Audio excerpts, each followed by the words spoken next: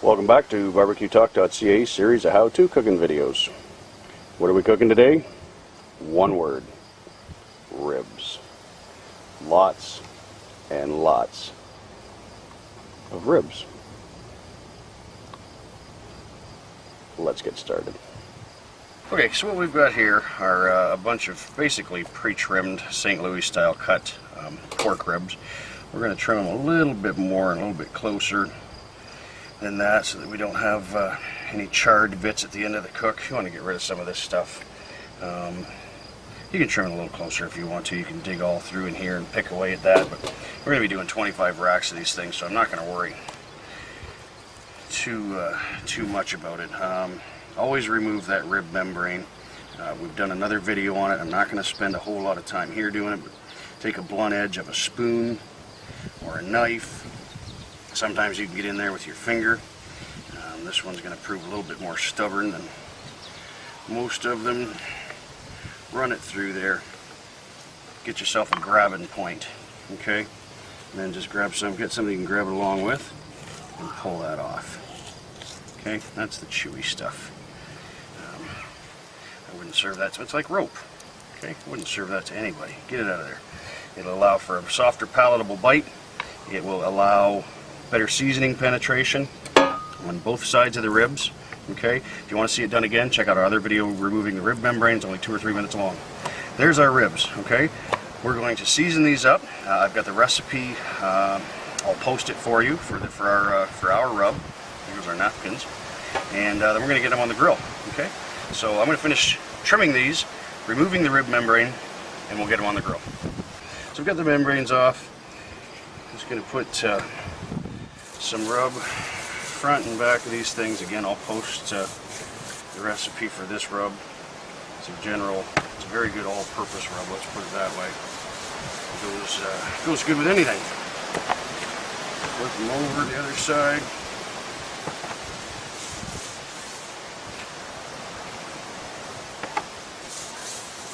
Okay, the smokers are heated up and ready to go. Let's go put them on the grill. Okay, we're on the grill. I've got a dozen on this queue, a dozen on the other one. These are going to cook at 250. Okay, for time, and then I'm going to wrap them. And the time is, I'm going to cook them until they get a color that I want them to look like when they're finished. They won't be ready, but they'll be the color I want when they're finished. And at that point, I'm going to wrap them and cook them for a little bit longer. And then unwrap them and cook them for a little bit longer. So there's no set time these things are going to be done. 5, 6 hours, 4 hours, depends on how they cook up. Again, the ribs are done when they're done, and we'll just keep following these for the afternoon.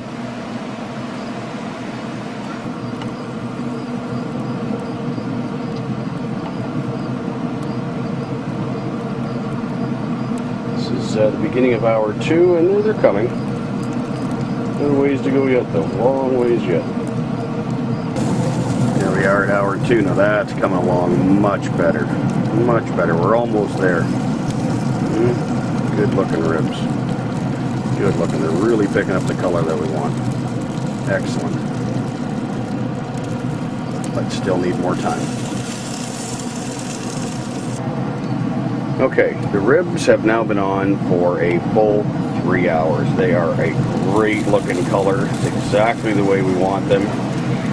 Generally, I found that 3 hours at 250 it always seems to be 3 hours at 250 when I cook them on this particular grill. They have a great color. So by far they're nowhere near being ready, but the color is there. That's the first step in the perfect rib. Okay, so we're going to take these off, and we're going to show you the second step to creating the perfect rib at home. Okay, and the second step involves nothing more than taking your rib on a pre-cut piece of foil that will cover it. We're going to drizzle a little apple juice on top of it. You can use any fruit juice that you want. And then we're simply going to wrap it. It doesn't have to be tight. Okay, a little foil tent. All we want to do is keep the moisture in. Okay, just like that. So we're going to take that, once again, grab the rack, A little bit of apple juice on top. Use the fruit juice you're choosing.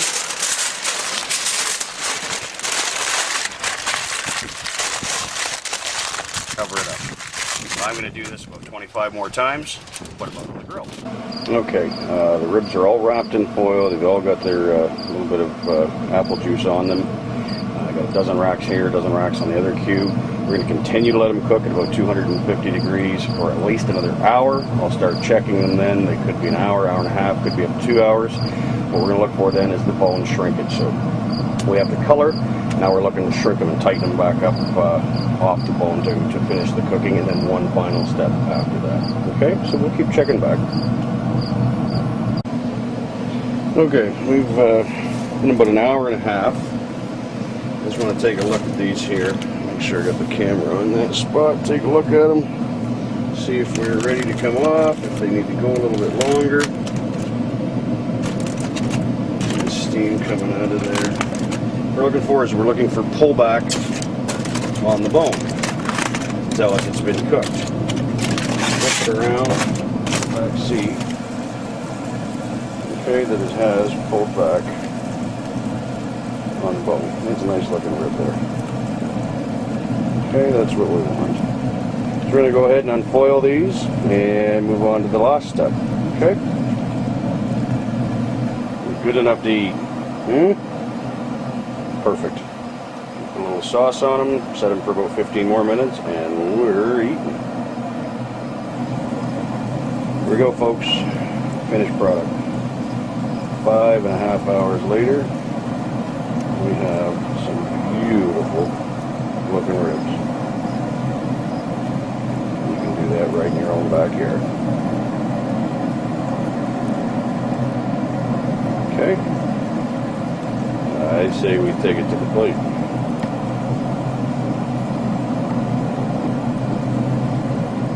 Okay, folks, there we go. There is the completed project.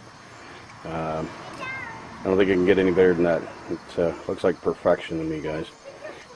Easy to do. Follow what we've done today, and you'll do this in your own backyard, and you will most definitely impress your neighbors, your friends, your spouses with some of the best tasting ribs you can imagine. Until next time, barbecuetalk.ca. Please take a moment to rate, comment, and subscribe.